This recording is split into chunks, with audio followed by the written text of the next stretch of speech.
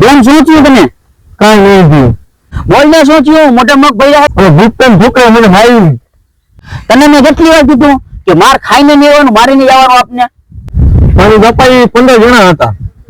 તો ઘરમાં તો 15 જણા તો ખાઈ જશ. આલામ મોરતા ભૂખતાના ઘરે જાય આપને.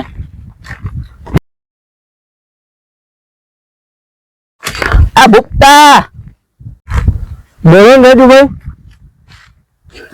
ભૂખતા તારા છોકરાને સમજાવી દેજો કે મારા છોકરાને કાલ મારી લીધો છે.